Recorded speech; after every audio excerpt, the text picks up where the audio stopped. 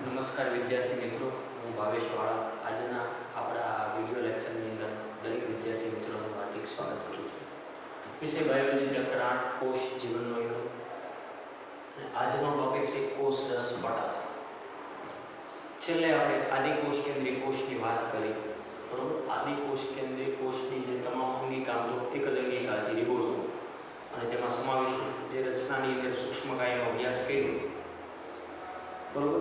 સૂક્ષ્મકાયની અંદર દાખલા તરીકે ફોસ્ફેટની કણિકાઓ, પછી ClHClની કણિકાઓ અને ગ્લાયકોજનની કણિકાઓનો અભ્યાસ કરેલો. ત્યારબાદ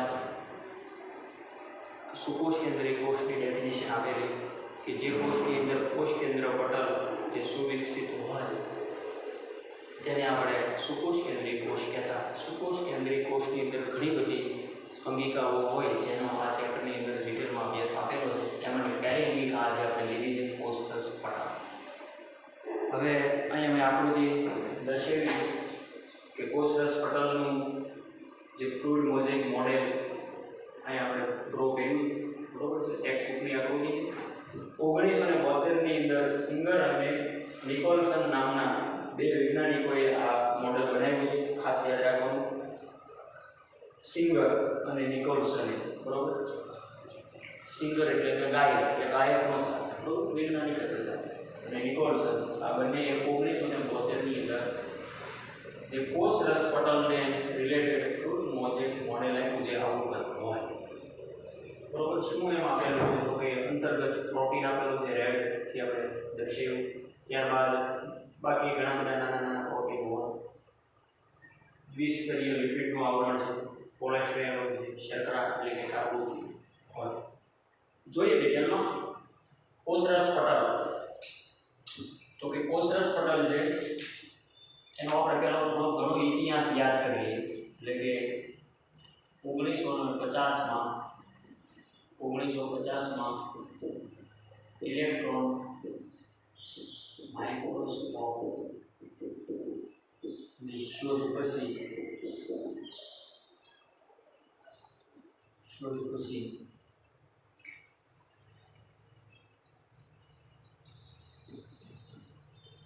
કોષ રસ પટલ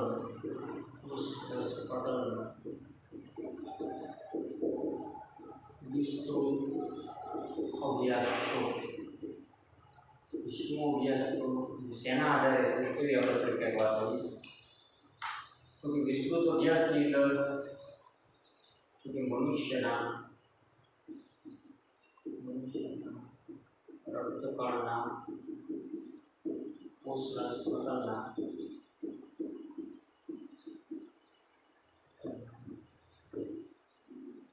અભ્યાસ પછી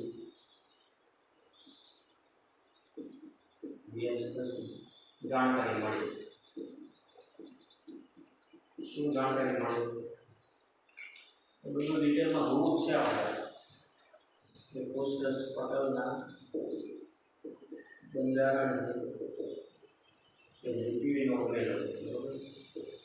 લિપિડનો બનેલો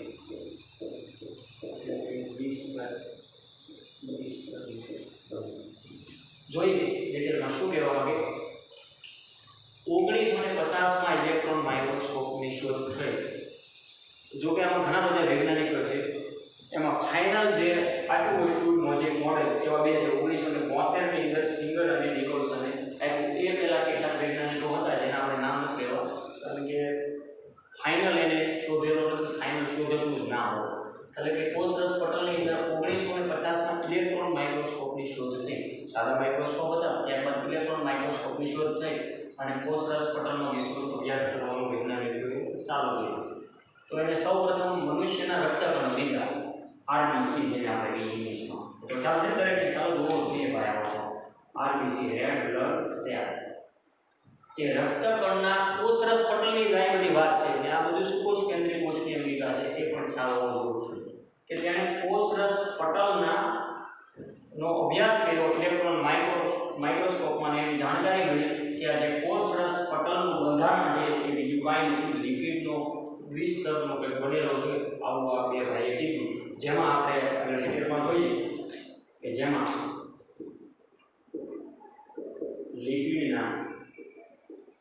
લિપિડના શીર્ષ બહાર અને પૂંછડી અંદર આવી કઈ વાત આપણી ટેક્સ્ટમાં કરી. તો એમાં શું કહેવા માંગે, જો અહીંયા લિપિડ દર્શાવ્યા છે બ્લુ રંગના, અહીંયા ઓલરેડી આકૃતિમાં આપેલા છે બ્લુ જે લિપિડ છે. ઓકે, આ ગોળાકાર ભાગ છે લિપિડનું શીર્ષ જૂથ અને ગ્રીન માર્કરથી જે દર્શાવ્યું તે તેની પૂંછડી છે. જોઈ શકો છો લિપિડના શીર્ષ બહારની બાજુ, જો આ બહારની બાજુ, અહીં પણ બહારની બાજુ, અંદરની તરફ તો કે પૂંછડી. આ જે પૂંછડી અહીં ગ્રીન માર્કરથી દર્શાવી, અંદરની તરફ પૂંછડી અને બહારની તરફ શીર્ષ. એટલે વસ્તુ ક્લિયર. ત્યારબાદ વૈજ્ઞાનિકોને એવું ખ્યાલ પડ્યું કે લિપિડમાં કંઈક તો છે ભાઈ. શું છે કે લિપિડનું મુખ્ય ઘટક શું હોય? મુખ્ય ઘટક તરીકે જેનું નામ હાઇલાઇટમાં આપણે લખ્યું ફોસ્ફોગ્લિસરાઇડ.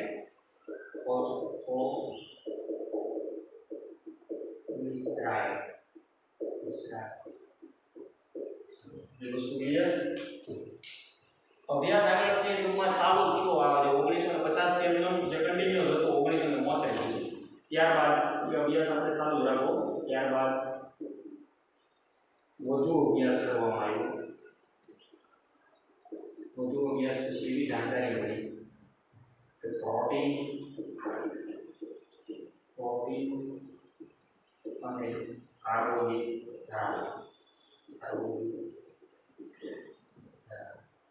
આ કોણ ધરાવે?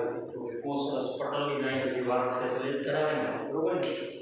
કે ત્યારબાદ વૈજ્ઞાનિકોએ વધુ અભ્યાસ કર્યો છે. જો કરતા ખબર પડી કે આમાં પ્રોટીન અને કાર્બોહાઈડ્રેટ નામનું પણ આ એક જોવા મળતું, બરોબર? અને આના ઉપરથી એવો ખ્યાલ આવ્યો કે મનુષ્યના રક્તકણમાં પ્રોટીન છે અને લિપિડ છે એ આવેલું છે. પણ કેટલી ટકાવારીની રીતે જો પૂછવામાં આવે એ ખાસ યાદ રાખવાનું છે. પ્રોટીન છે એ 52% છે, T2 અને 14 એટલે કે 40% લિપિડ આવેલું હોય. એટલી વસ્તુ ક્લિયર. વધુ અભ્યાસ કર્યો તો પ્રોટીન અને કાર્બોહાઈડ્રેટ ધરાવે મનુષ્યના રક્તકણ જે આરબીસીમાં 52% લિપિડ. જોવો તમે અહીંયા દાખલા તરીકે આપણે પ્રોટીન દર્શાવ્યો રેડ હાઇલાઇટ છે, દેખાય છે લિપિડ. આ જે પ્રોટીનનું જે દ્વિસ્તરીય આવરણ છે, જો આ એક સ્તર, આ બીજું સ્તર, આવું જે દ્વિસ્તરીય આવરણની અંદર આર કે થોડેક અડધેથી એ રીતના પ્રોટીનના અણુ ઉગેલા છે એવું જોઈ શકો. લિપિડના કેમ લાડવાની ચોંકી આખી હોય, લાડવા ગોઠવું એવું લાગે, બરોબર? એવા આખા લિપિડના આખું સ્તર છે, બરોબર? ત્યારબાદ જે થોડો ગેપ હોય બીજું સ્તર છે. આની વચ્ચે પ્રોટીન આર અહીંયા મેં ઉપાડેલો છે, આવું તમને દૃશ્યમાન થાય. અંતર્ગત પ્રોટીન લિપિડનું દ્વિસ્તરીય આવરણ જોઈ શકો. ઓકે, એટલે 52%, કારણ કે વધુ જગ્યા કોણ તો કે પ્રોટીન, જ્યારે ઓછી જગ્યામાં લિપિડના જે ગોળ બ્લુ રંગથી દર્શાવ્યા એ લિપિડ છે. એટલી વસ્તુ ક્લિયર. નેક્સ્ટ મુદ્દો, પટલમાં આવેલા પ્રોટીનને અલગ કરવાની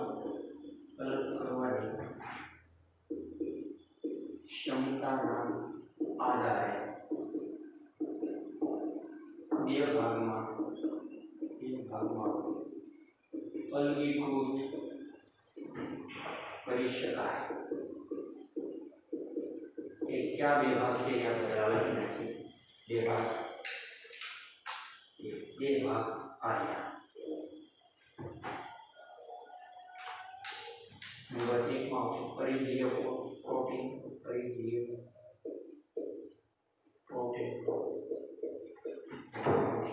અંતર્ગત પ્રોટીન.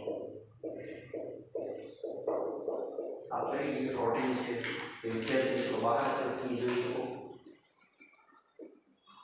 બહાર તરફ જ્યારે અંતર્ગત પ્રોટીન છે એ અંદર તરફ હોય. બહુ મજાનો ટોપિક છે ભાઈ. પટલમાં આવેલા પ્રોટીનને અલગ કરવાની ક્ષમતા અલગીકૃતના આધારે પટલ એટલે કોષરસ પટલની જ વાત છે કે કોષરસ પટલમાં અલગ કરવાની ક્ષમતાના આધારે પ્રોટીન બે ભાગમાં વહેંચી શકાય. નંબર 1 માં પરિઘીય અને બીજું અંતર્ગત પ્રોટીન. હવે દાખલા તરીકે હું અહીં એક રચના દર્શાવું છું, બરોબર, જે કાલ્પનિક કે આ અહીં કોષ દર્શાવ્યું, એટલું દૃશ્યમાન થાય. આ કોષની અંદર દર્શાવ્યું, એ પણ દૃશ્યમાન થાય. આ એમાં ગ્રીન ડોટ્સ એટલે કોષરસ દર્શાવ્યું, બરોબર. મેથ્સની ભાષામાં જોવો તો આ એનું કેન્દ્ર છે, બરોબર, આ એની ત્રિજ્યા એટલે થઈ છે, અને આ એનો પરિઘ જોવા, બરોબર. જો હું જ્યાં સુધી માનું છું ત્યાં સુધી આ પરિઘ છે. હવે કેટલા પ્રોટીન આમ છે એમ કહેવામાં આવે. આ પરિઘ એટલે આ રીતનું જે ઉકેલા છે, આમ.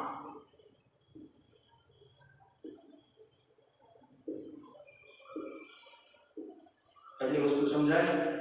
આવી જે પરિઘ બાજુ આ જે કોષરસ પટલ જે તમે સમજો, બરોબર. આ જે બ્લુ રંગનું દર્શાવ્યું એને આપણે કોષરસ પટલ જ માની. ચાલો હવે કઈ ડાઉટ નથી. આ જે કોષરસ પટલ આવું ડબલ લાઈનથી દર્શાવ્યું. આ જે પરિઘની બાજુ જે આવેલા જે પ્રોટીન છે જેવો તો એ બહારની બાજુ લે, અંદરની બાજુ. આ બહારની બાજુ છેડો છે ને, એટલે કે પરિઘીય પ્રોટીન. અને અંદર તરફ જે આવેલા હોય છે, અંદરની તરફનો છેડો, તેને અંતર્ગત પ્રોટીન કહેવાય. એટલે કે પટલમાં આવેલા પ્રોટીન જોવા, પટલમાં છે અને અલગ કરવાની ક્ષમતાના આધારે બે ભાગમાં આવે છે. બહારની બાજુ એટલે કે પરિઘની બાજુ હોય પરિઘીય પ્રોટીન કહેવાય. અંદરની બાજુ જેને અંતર્ગત પ્રોટીન કહેવાય. એટલે વસ્તુ ક્લિયર. નેક્સ્ટ મુદ્દો, લિપિડની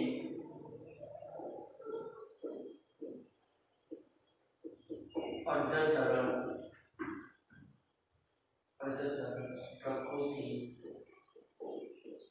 ના કારણે દ્વિસ્તરીય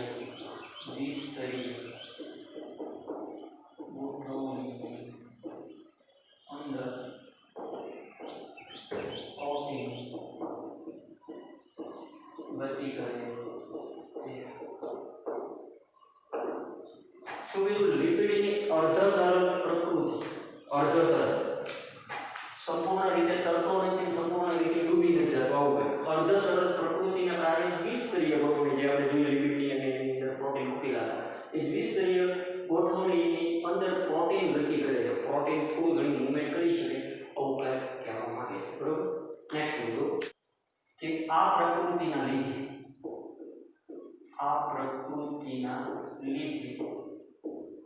કંઈક થાય. શું થાય એ જોવાનું છે. કોષની વૃદ્ધિ, બીજું આંતરકોષીય જોડાણ,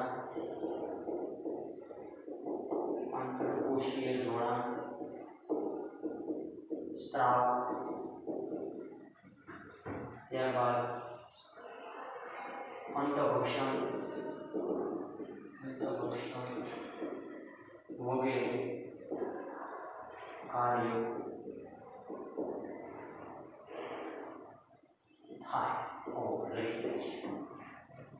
કે કેવી પ્રકૃતિ કે લિપિડની છે એ અર્ધતરલ પ્રકૃતિના કારણે દ્વિસ્તરીય ગોઠવણીની અંદર પ્રોટીન ગતિ કરી શકે.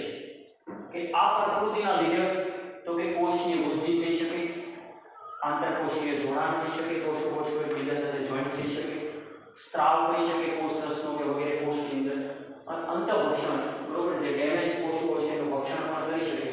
આવું બધું આના કારણે આવા કાર્યો પણ થાય. ખાસ અગત્યનું કાર્ય છે એ યાદ રાખવાનું છે.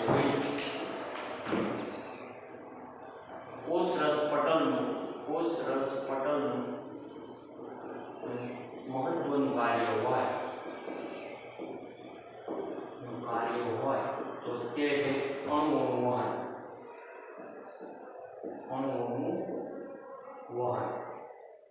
આ ખાસ યાદ રાખવાનું છે. જોયું કે કોષરસ પટલનું મહત્વનું કાર્ય કે અણુઓનું વહન. હાઇલાઇટ કરી આપણે.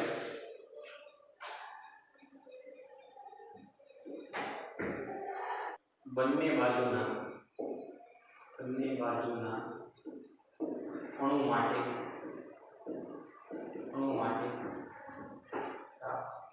પસંદગીમાં પટલ તરીકે વર્તે છે. કોષરસ પટલનું મહત્વનું કાર્ય તો કે અણુઓનું વહન, કે આ જે દ્વિસ્તરીય પટલ હતું એની આરપાર અણુઓનું વહન થવા માટે જવાબદાર, એટલે કે બંને બાજુના અણુ, બરોબર. એના માટે આપણે આકૃતિને ડ્રો કરી મસ્તી. એક દાખલા તરીકે અહીંયા આપણે કોષરસ તલ દર્શીએ. દેખાય છે આકૃતિમાં? કોષરસ તલ દર્શાવ્યું, એક લિપિડ દર્શાવ્યું. આ મસ્તી બીજી ડેમોન્સ્ટ્રેશન આકૃતિ દર્શાવી જેના આપણે સમજે સરળતાથી. અહીંયા મારે તમને વર્ક આપવું જોઈએ, આપીશું, બરોબર. આની આ જ આકૃતિ છે, એને શોર્ટકટમાં આવી કંઈક દોરી સમજાવવા માટે એક્સ્ટ્રા, કે કોષરસ પટલનું મહત્વનું કાર્ય અણુઓનું વહન, બંને બાજુના અણુ માટે પસંદગીમાન પ્રવેશ. હવે દાખલા તરીકે કેટલાક અણુઓ અહીંયા ભણે છે અને કેટલાક અણુઓ પટલની આ સાઈડ ભણે છે, એટલે અંદર કે બહાર છે.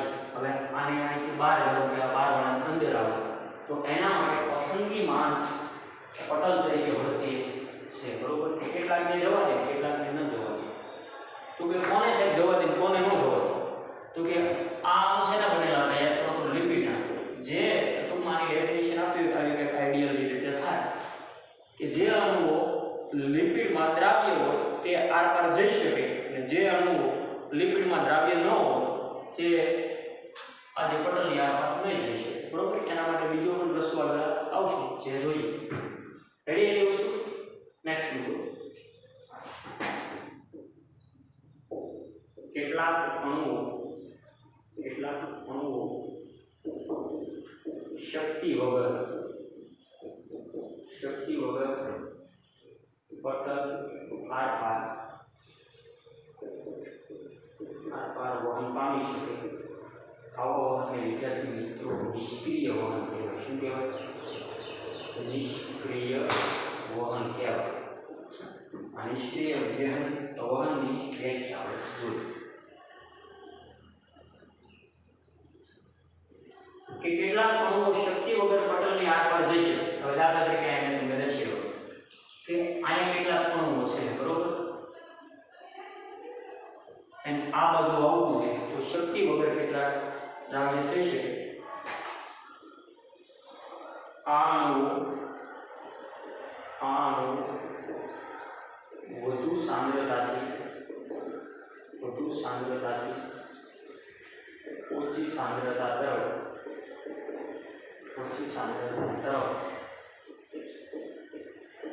ગતિ કરે. યાદ રહી. આના દાખલા તરીકે વધુ સાંદ્રતા અને ઓછી સાંદ્રતા તરફ ગતિ કરે. જોઈએ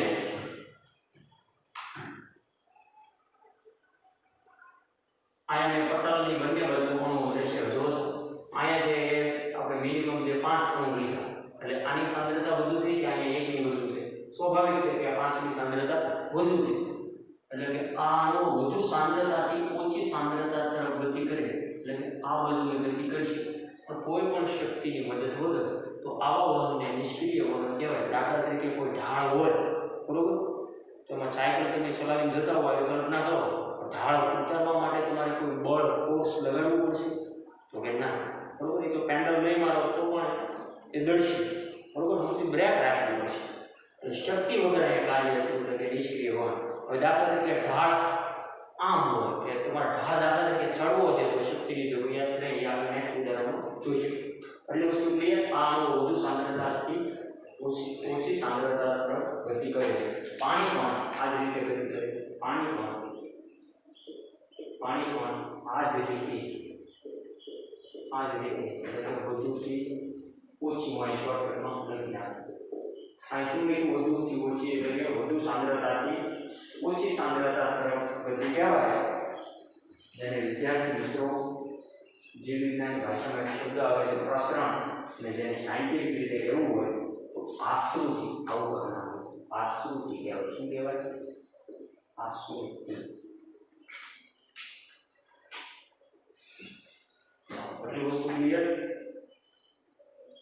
કે પાણી પણ વધુ સાંદ્રતામાંથી ઓછી સાંદ્રતા તરફ વધે. દાખલા તરીકે એનું ઉદાહરણ જોઈએ. દાખલા તરીકે એક મોટો બંધ બાંધેલો હોય, ત્યાંથી ધીમેથી ધોધ જતો હોય, આવું ધીમી ધાર. તો એ ધોધ વધારવામાં આવે કે કોઈ બાવણ ખોલવામાં આવે તો બરોબર ઓછી સાંદ્રતા એટલે ઓછા પાણીના જથ્થા જે કંઈ હોય તો એકસાથે ફોર્સથી જશે, બરોબર. તો એટલે પાણી પણ આ જ રીતે વધુ સાંદ્રતામાંથી ઓછી સાંદ્રતા પ્રવૃત્તિ કરી જાય તેને આશ્રુતિ કહેવાય, જે તમારે ધોરણ 12 ની અંદર આશ્રુતિનો પ્રયોગ આકૃતિ સાથે સમજવાનું અને ભણવાનું આવશે, બરોબર? ત્યારે ડિટેલમાં આપણે ચર્ચા કરીશું. નેક્સ્ટ મુદ્દો ધ્રુવીય અણુઓ. ધ્રુવીય અણુઓ આ પટલમાંથી પસાર થઈ શકતા નથી. તેના માટે કોઈ વાહકની જરૂર હોય, એટલે કે વાહક પ્રોટીનની મદદ હોય. અને વાહક પ્રોટીન છે જે પટલમાં ઉકેલા હોય અને આવી રીતે જે વહન થાય જેને સાનુકૂલિત વહન કહેવાય. શું કહેવાય? સાનુકૂલિત વહન. શબ્દ આવ્યો ધ્રુવીય અણુ. સાહેબ ધ્રુવીય અણુ એટલે શું? દાખલા તરીકે મેં તમને કીધું હતું કે લિપિડની અંદર જે દ્રાવ્ય જે અણુઓ થાય તે તેની આરપાર જઈ શકે. લિપિડમાં જે અણુઓ દ્રાવ્ય થવાનો ગુણધર્મ નહીં ધરાવતું છે આવા જે અણુ છે એને પટલની આરપાર જઈ શકે નહીં, તો આવા અણુને ધ્રુવીય અણુ કહેવાય. એ ધ્રુવીય અણુ આ પટલ એટલે કે જે દ્વિસ્તરીય પટલમાંથી આરપાર જે પસાર થઈ શકશે નહીં, તેના માટે તેને કોઈકની મદદ લેવી પડશે, બરોબર? કોની મદદ લેવી પડશે? પ્રોટીનની. અને જે પ્રોટીનની મદદ લેવી પડે એના વહન કરવા માટે, એટલા માટે વિદ્યાર્થી મિત્રો તેને વાહક પ્રોટીન કહેવાય. શું કહેવાય? વાહક પ્રોટીન. અહીંયા આપણે જોઈએ શું કહેવામાં આવે વાહક પ્રોટીન. એટલે કે જે પટલમાં મૂકેલો હોય આર્યુ પટલ, આર્યુ રેડ જે મૂકેલો જ છે, બરોબર? એટલે કે હવે તમે જોયું આ નિષ્ક્રિય વહનમાં છે ને આ રીતના મોહર આરપાર લઈ આવતો હતો લિપિડમાંથી. રેડી? આ લિપિડમાંથી આવતો હતો. હવે એને લિપિડે પાડી ના, બરોબર? કારણ કે તું અહીંયા દ્રાવ્ય નથી થતો, અહીંયા તારું કામ નથી. આગળ ગયો તો ત્યાં લિપિડ જે પ્રોટીન હતું, બરોબર? તો પ્રોટીનની લીધું તું મારી હેલ્પ કરી ભાઈ, આ પારથી પહેલી વાર જવું હોય વહન કરવાનું, કાંઈ વાંધો નહીં, વાહક પ્રોટીન જ છું, મારું કાર્ય છે આ લઈ જવાનું તમને. તો વાહક પ્રોટીન જે ક્યાં હતો તે પટલમાં ઉભેલો છે ઓલરેડી, એની મદદ લીધી, તેને અનુકૂળતા થઈ એટલે કે એને સાનુકૂળ આ રીતે અહીંથી અહીંયા આવીએ, જેને સાનુકૂળ વહન કહેવાય. આ પણ એક પ્રકારનું નિષ્ક્રિય વહન જ છે. અહીંયા હજી કોઈ શક્તિની જરૂરિયાત ઊભી થઈ જ નથી. નેક્સ્ટ મુદ્દો અને લાસ્ટ મુદ્દો આ ટોપિકનો, કેટલાક અણુઓ સાંદ્રતા ઢોળાંચ વિરુદ્ધ પટલમાંથી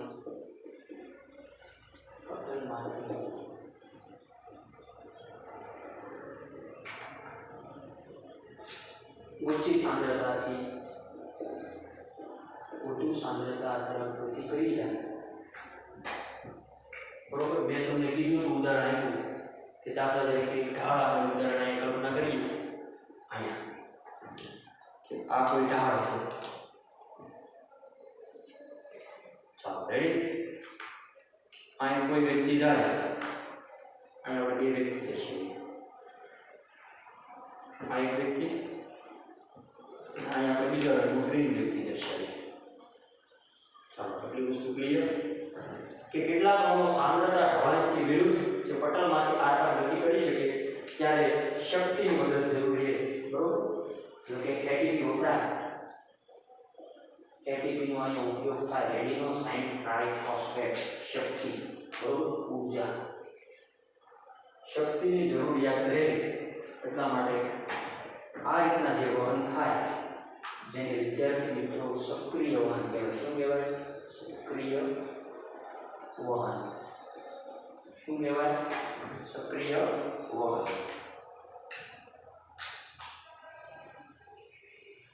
સક્રિય વહન જેના અહીંયા આપણે ટેક્સ્ટમાં ઉદાહરણ આપેલું છે. સક્રિય વહનનું ઉદાહરણ તો કે દાખલા તરીકે સોડિયમ પોટેશિયમ પંપ, એટલે કે Na+ અને K+ પંપ. આ તમારા ધોરણ 12 ની અંદર વિસ્તૃતમાં આવશે મગજની અંદર જ્યારે સોડિયમ અને પોટેશિયમ આયનોનું કેવી રીતના અણુઓનું વહન થતું હોય ત્યારે આપણે તેનું શીખશું. જોઈએ કે કેટલાક અણુઓ સાંદ્રતા ઢોળાંશ વિરુદ્ધ, દાખલા તરીકે અહીંયા ઓછી સાંદ્રતા છે, બરોબર ને? આ તો ખ્યાલ જ છે ને, અહીંયા ઉપરની બાજુ સાંદ્રતા કેવી છે? વધુ, નીચેની બાજુ ઓછી. આકૃતિ મુજબ અત્યારે જો કે આ બધા અણુઓ છે આ સાંદ્રતા વધી જશે, ઉપર ઘટશે એટલે ઓછી થશે. એટલે કે કેટલાક અણુઓ સાંદ્રતા ઢોળાંશ વિરુદ્ધ, બરોબર, કે પટલમાંથી ઓછી સાંદ્રતા તરફ ગતિ કરે, જેના માટે શક્તિની જરૂરિયાત હોય અને સક્રિય હોય કહેવાય. એમ એને ઢાળનું ઉદાહરણ કે દાખલા તરીકે કોઈ વ્યક્તિ સાયકલની ઢાળમાં આવશે તો અહીંયા કોઈ શક્તિની જરૂરિયાત રહેતી નથી નીચે ઉતરવામાં, ઢાળ ઉતરવામાં. પણ આનાથી ઉલટું, જો ઢાળ જ્યારે ટૂંકમાં સાયકલ લઈને તમારે ચડાવવો હોય તો તમારે શક્તિની જરૂરિયાત રહે, બરોબર, એટલે કે વપરાશે. તો આવું જે વહન થાય છે સક્રિય વહન કહેવાય. દાખલા તરીકે સોડિયમ પોટેશિયમ પંપ, બરોબર. એકવાર શાંતિથી જોઈ લો. બોર્ડ વર્કની અંદર શક્ય હોય તો મલ્ટી કલરની પેન વાપરવી. દાખલા તરીકે ગ્રીન, બ્લુ, બ્લેક, રેડ, બરોબર. આનાથી બોર્ડ વર્ક લખશું જેથી આખું વ્યવસ્થિત લાગશે. અને આકૃતિ પણ આવા વિવિધ રંગથી ડ્રો કરશો તો તમને બધાને મજા આવશે, વધારે ઇન્ટરેસ્ટિંગ બનશે, બરોબર. તો વ્યવસ્થિત બોર્ડ વર્ક જે બુકની અંદર નોટ કરજો, બરોબર. આવી વિવિધ રંગની પેન અવેલેબલ હોય, શક્ય હોય તો આ રીતે વ્યવસ્થિત હું જેવા રંગની પેન અહીં વાપરું છું એવા રંગથી તમારે પણ ટ્રાય કરવાનું અને વ્યવસ્થિત બોર્ડ વર્કની બુક તૈયાર કરવાની, બરોબર. એ બોર્ડ વર્કની બુક તમારે ચેક સુધી રાખવાની છે 2 વર્ષ સુધી. 11-12 આખું કમ્પ્લીટ થાય ત્યાં સુધી તમારે એ સાચવી અને રિવિઝન કરતાં સાચવી જ રાખવાની છે. એ નીટમાં ઘણી બધી ઇમ્પોર્ટન્સ સાબિત થશે, બરોબર. એટલે આ સ્માર્ટ વર્ક છે